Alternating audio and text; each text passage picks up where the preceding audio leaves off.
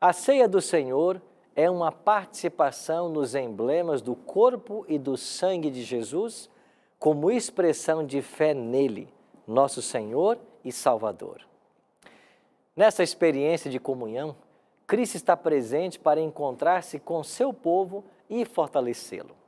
Participando da ceia, proclamamos alegremente a morte do Senhor até que ele venha. A preparação envolve o exame de consciência, o arrependimento e a confissão. As ordenanças do lava-pés, assim como da ceia do Senhor, constituem o serviço da comunhão.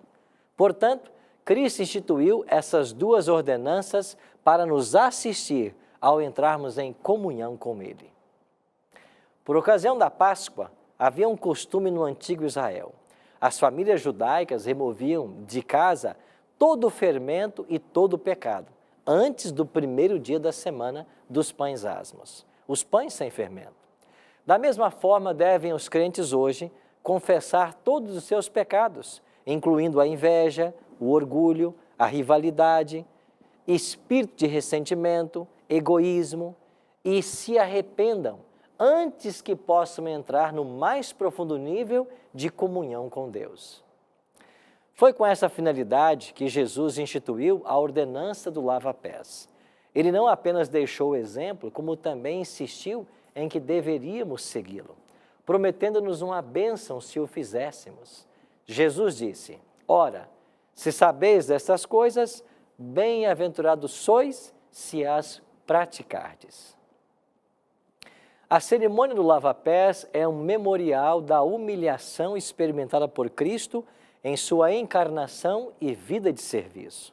Paulo escreveu: tende em vós o mesmo sentimento que houve também em Cristo Jesus, pois ele, subsistindo em forma de Deus, não julgou como usurpação o ser igual a Deus, antes, a si mesmo, se esvaziou, assumindo a forma de servo, tornando-se em semelhança de homens e reconhecido em figura humana. A si mesmo se humilhou, tornando-se obediente até a morte, e morte de cruz.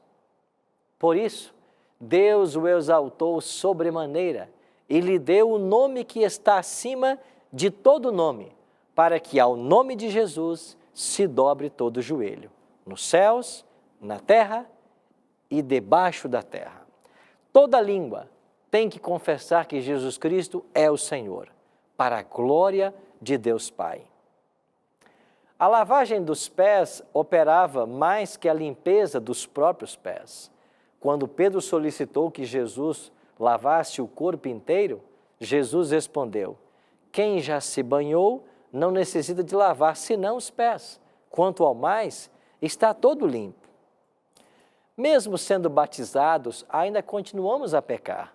Por isso, o lava-pés é tão importante.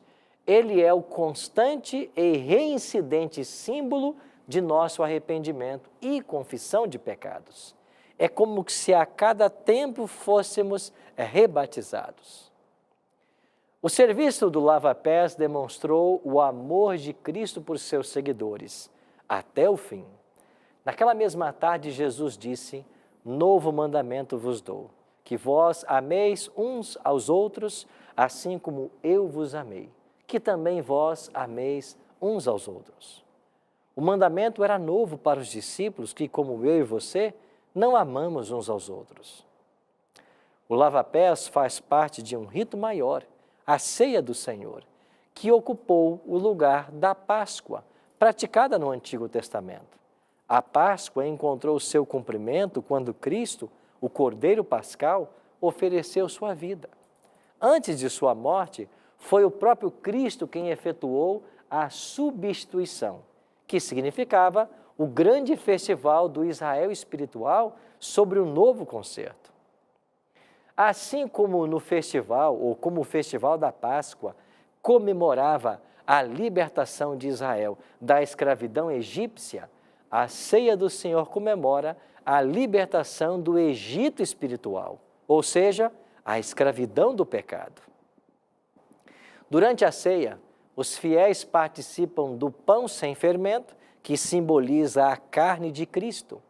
Por simbolizar a Cristo, o pão não pode ter fermento, pois este é um símbolo de pecado. Há ainda na ceia o suco de uva, símbolo do sangue de Cristo.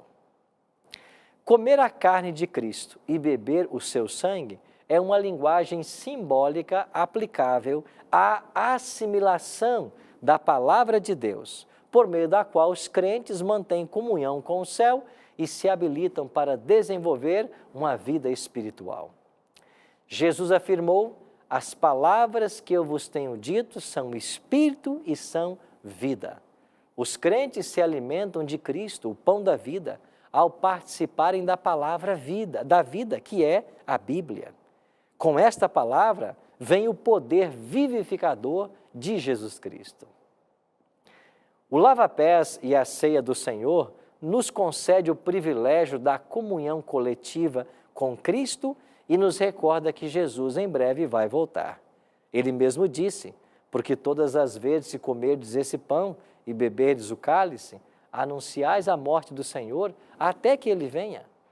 A Bíblia instruiu os crentes a que participem desses serviços possuídos de profunda reverência para com o Senhor. Todos são convidados a celebrar com regularidade esse grande festival do concerto cristão e, por sua participação, testemunhar que aceitaram a Cristo como seu Salvador pessoal.